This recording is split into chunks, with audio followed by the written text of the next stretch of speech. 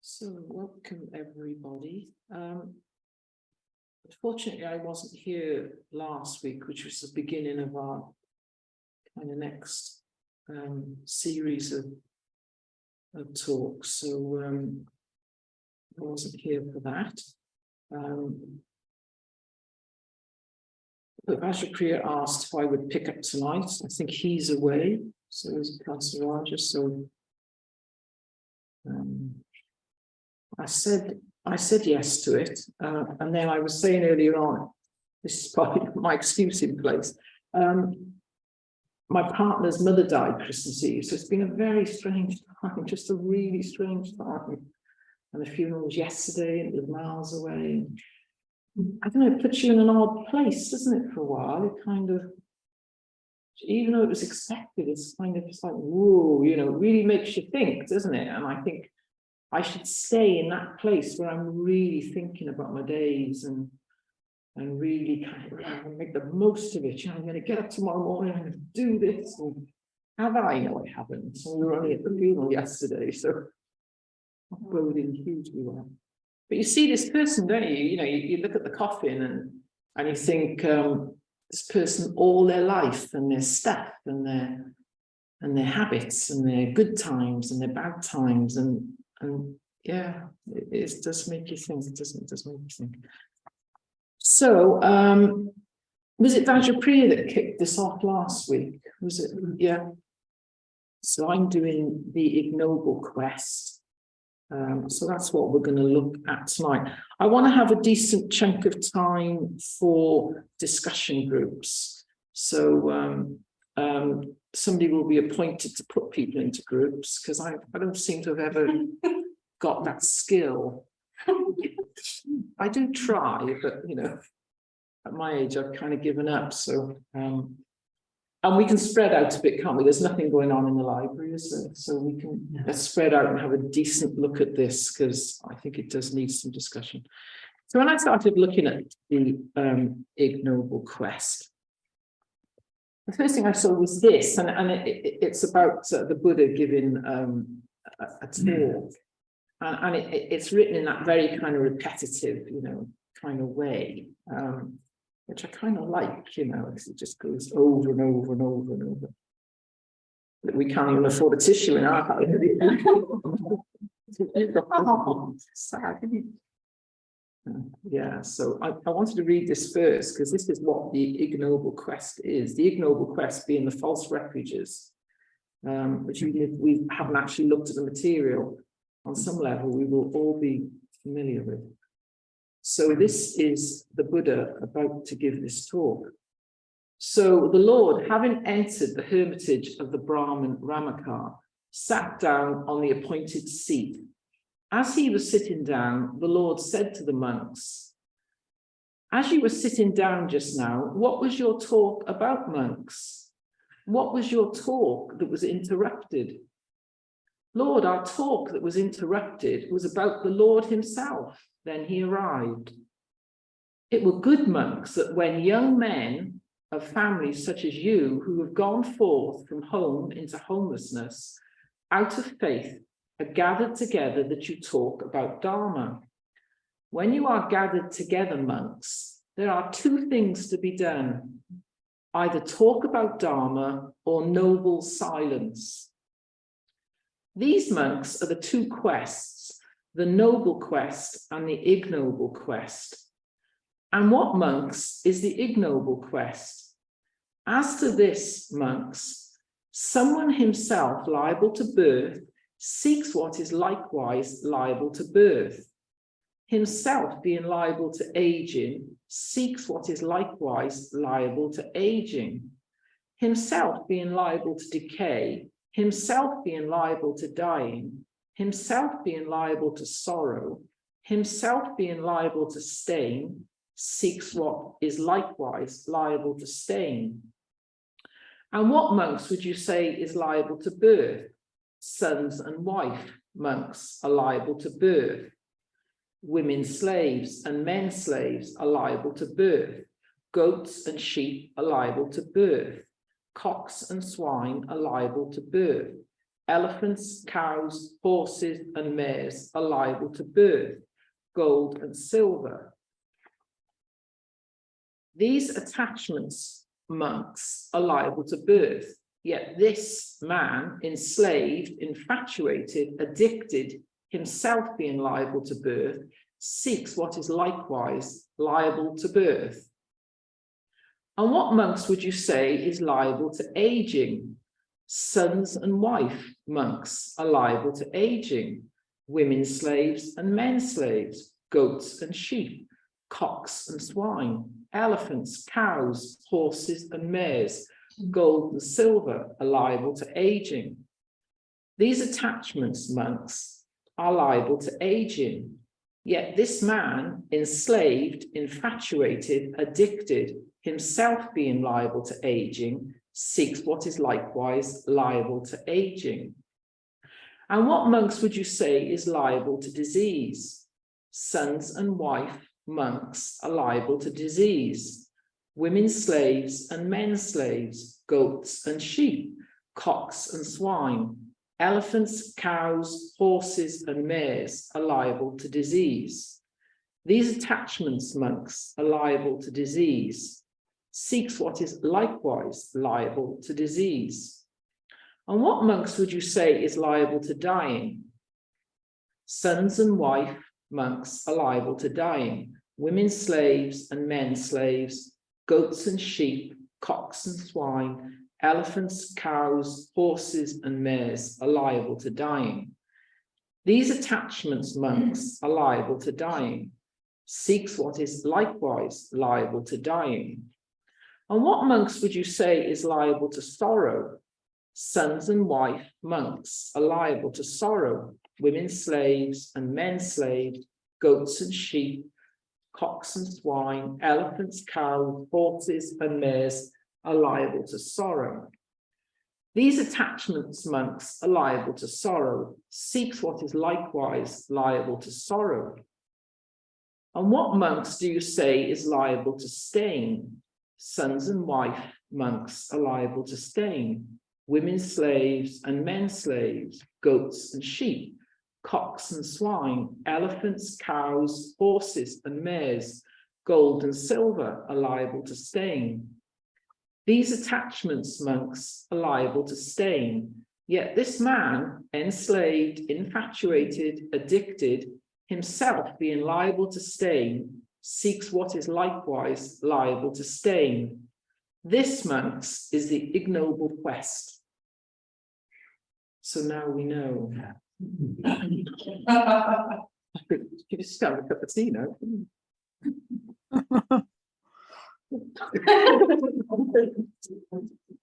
Go sleep, go to laugh. So we're basically looking at the false refuges. So the ignoble quest are the false refuges. And most of us are experts in taking refuge in the wrong places and in the wrong things. On some level, all of us here, I mean, obviously I could be wrong, I shouldn't say it probably, but most of us will be experts at this.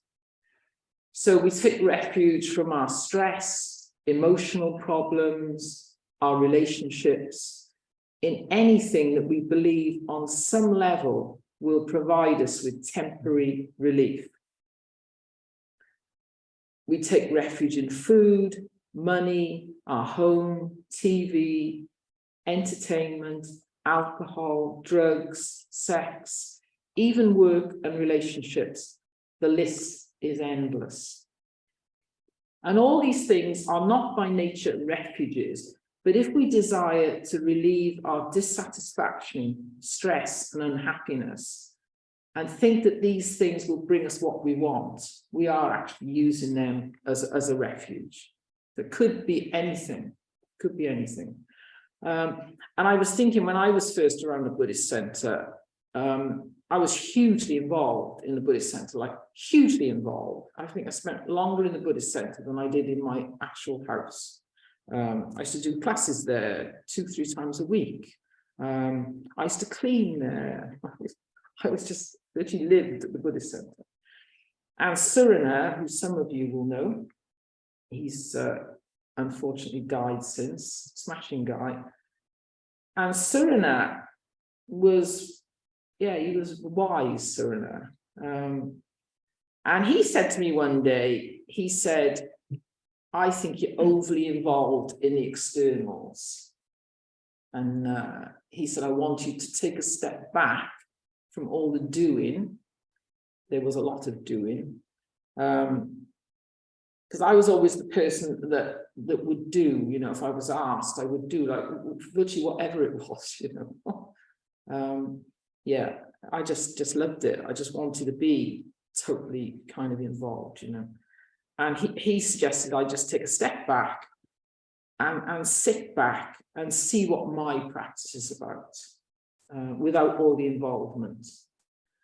And that's not to say that it's kind of a mix, isn't it? Because I was obviously getting something out of being there and kind of being wanted.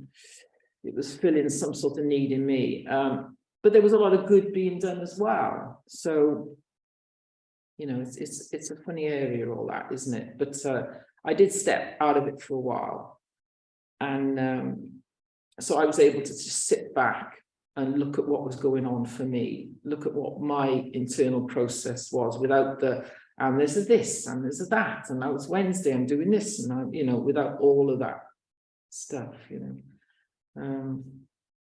So maybe we're not even aware of how dependent we have become on these false refuges. I think that was probably a case for me, because it was just, after a few years of being so involved, it was just what I did. And I think the advice to stand back and really look at it was a good one.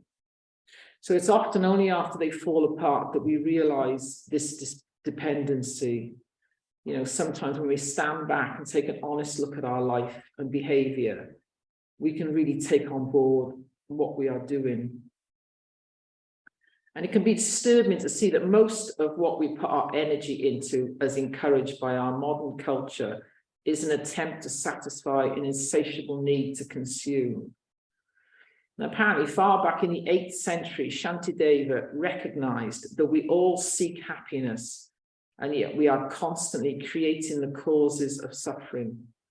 And it would seem that as a species, maybe we haven't changed very much since that time. I'm almost certainly, for most of us that are here and are involved in the Dharma, we may feel that we are not so caught up in this kind of confusion. But is that the case? How often do we step back and really look at ourselves and our practice?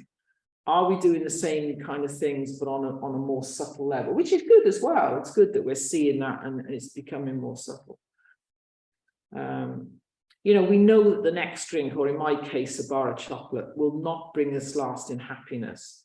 But that doesn't, and I will say me here, that doesn't stop me eating it. I mean, I've consumed so much chocolate lately. Yeah, I'm like on a chocolate mission, you know.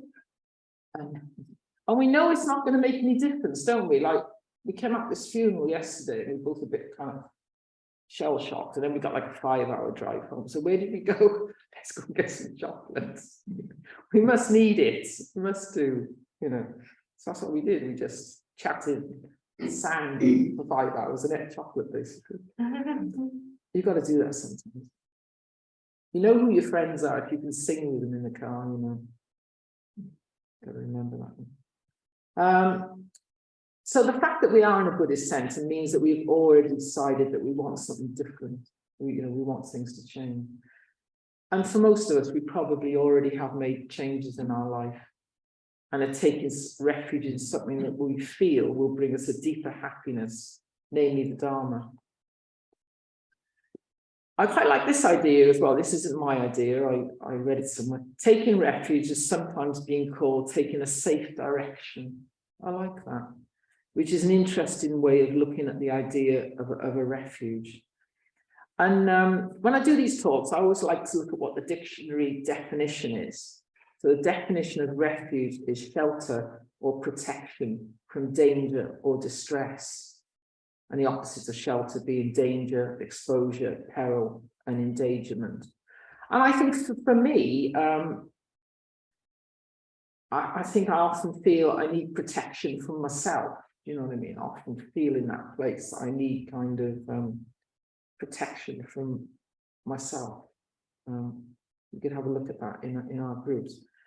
So from a Buddhist point of view, taking refuge is turning around in our life and no longer expecting external things to be able to bring us ultimate or lasting happiness. At the heart of Buddhism is the understanding that both suffering and happiness come from the mind. If we can change the mind, then we can free ourselves from suffering and experience happiness. And I mean, we're talking, you know, when we give these talks, we're talking lifetimes of practice, aren't we, to reach these points? You know, we're not talking, you know, 5 minutes down the line. We might be, but it's probably unlikely.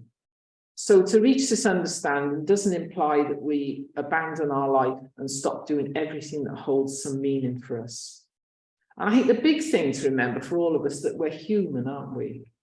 And most of us are probably trying on some level, but we're not quite there yet, are we? So let's be a bit kind to ourselves. We know that our relationship, if you're in a relationship, is a false refuge. I mean, I'm in a relationship with Sangha, who a lot of you will know. And I know it's a false refuge. I know that. But being with Sangha, we've been together for some years now. I really believe that I have made progress and learned things that I wouldn't have seen in another circumstance. So it's also about being in good conditions, isn't it? You know, it's important. So yes, if Sangha wasn't in my head as much as she is, maybe I would, I don't know. But as I say, I think I've learned an awful lot and made massive progress because of my relationship with her. I've understood aspects of myself that I actually don't think I would have in any other scenario. But I have met people on retreat who are looking at, you know, false refuges, and they make these huge decisions on retreat. They're going to go home and they're going to kind of empty out their life. You know, they're going to go home. I've heard people say, I'm going to go home and going to get rid of all the furniture in my flat. I don't need any of that. And I'm going to turn my bedroom into like a monk's cell. Yeah, sounds promising, you know. I'm going to get rid of my bed. I'm going to sleep on the floor. You know, that will do it, you know. I've heard people saying this. In fact, I was on retreat once. I think if somebody else told me this, I probably wouldn't have believed it, but I was on the retreat. This woman on this retreat decided that given that her relationship was a false refuge, she would write to him off the retreat and finish their marriage. Now, that's quite shocking, I think, isn't it? I mean, who knows what their marriage was? I have no idea. But that's such a shocking, isn't it? It's such a shocking kind of way to go, you know. Yeah, so she actually wrote to him off the retreat. And I've written here, wonder where she is now. I think, I wonder where she is now. You know, I wonder what life is about for her, you know. So we're not going to rush off out of here tonight and give up our work or our relationship because they're not a real refuge. But perhaps what if we don't hold these things with such expectation and we don't rely upon them? You know, I know Sangha can't be everything that I want or need. I know that. But it's good, you know. So it also means because we've got reasoned expectations, we don't get as upset or distressed when things don't go exactly as we want them to. Because nobody, however good your relationship is, nobody can give you everything you need. Yeah, nobody can. So we can turn anything into a false refuge.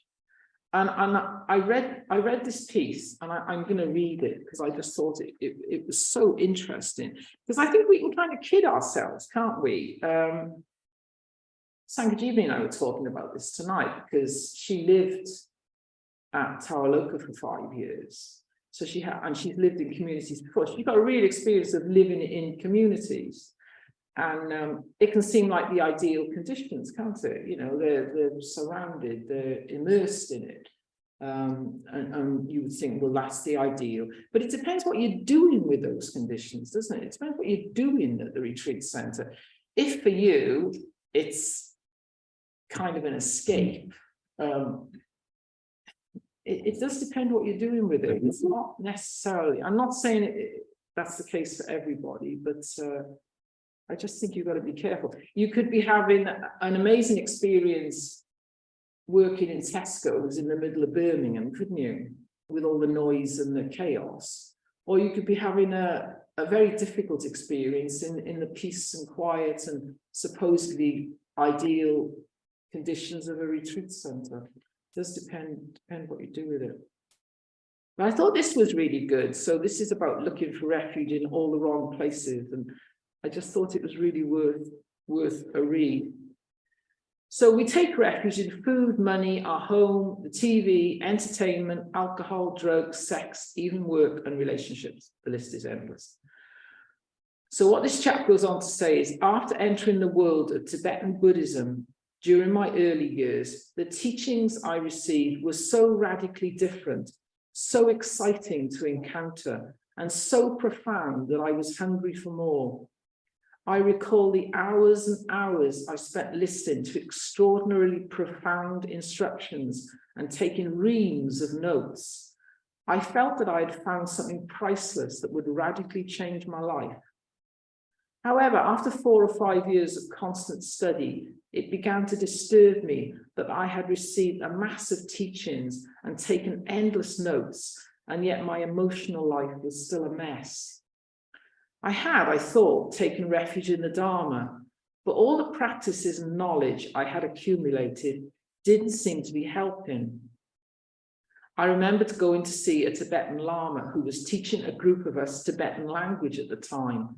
I told him I was feeling very disillusioned with how my life and practice were going, and that all the things I had learned did not seem to bring any great benefit. He was remarkably understanding. He suggested to me that my refuge in the Dharma had become another kind of materialism, and that all the knowledge and practices I had studied were still on a relatively superficial level. I needed to go deeper. But to do so, I had to give up holding on to the Dharma teachings as a kind of crutch. He suggested I put all my notes away and let myself go deeper to discover what the Dharma really was from within. I needed to put what I had learned into practice so that it would become a natural inner experience, an understanding, rather than something that was just in my head. I do not think I'm alone in having gone through this experience. We may hear vast amounts of teachings and yet still not have a deep sense of what the Dharma is as an inner refuge. The relative Dharma, as it might be called, is like the finger pointing to the moon, but it is not the moon. To take refuge in the Dharma is to absorb its true meaning beyond the concepts and ideas, and to then open to a deep inner taste of our innate nature.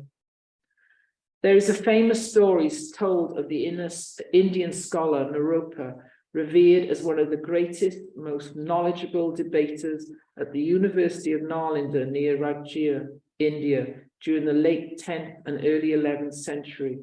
One day, Naropa was walking outside the monastery when an old woman came up to him and asked if he understood the Dharma. Being a somewhat self-assured monk with great knowledge of the Dharma, he said, "Yes, of course. But do you understand the meaning of the Dharma?" she asked. When he replied, yes, she fell to the ground laughing. So amused was she by his arrogance. The old woman was in fact an emanation of Vajrayogini, and she told Naropa he needed to go and search for a teacher known as Tulapa, who would really teach him the meaning of the Dharma. Anyway, this goes back to the chat now. He suggested I put all my notes away and let myself go deeper to discover what the Dharma really was from within. Taking refuge in the Dharma is a deepening process. It may begin with the teachings and method of practice, but gradually it must deepen beyond this relative form.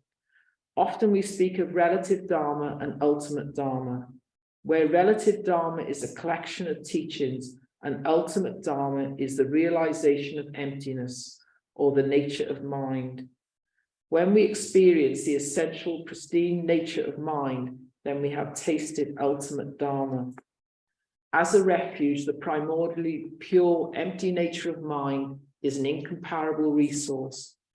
When we have emotional difficulties or are suffering in some way in our life, to rest in the nature of mind can transform our experience totally. Once we are able to practice like this, then we are truly taking refuge in the Dharma. It's good thoughts, isn't it? You know, I think the thing about the study, because it's great to study as well, isn't it? It's great to study. You know, we've got a few of us are starting Mitra study on Monday, and I'm really looking forward to it, you know, really looking forward to it. But the object of the exercise for the study, if you come out at the end of a year and you know a bit more, well, great.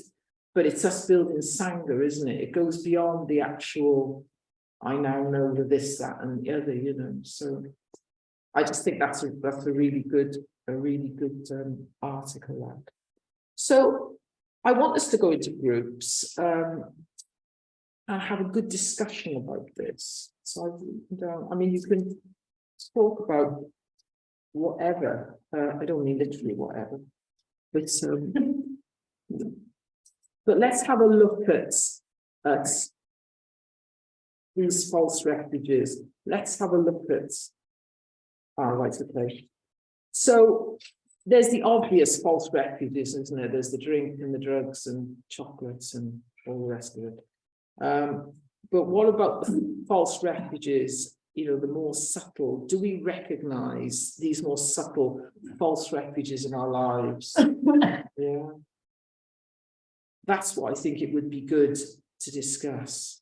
Because say the obvious ones are obvious, aren't they? You know, but what about and not letting ourselves get caught up in stuff, or this is just what I do on a Wednesday. It's like rites and rituals, isn't it? Or this is just what I do, but is it? You know, should we be operating like that? So there's a lot to talk about. As I say, your group can go where it wants. That's just a suggestion to look at the more subtle false refuges.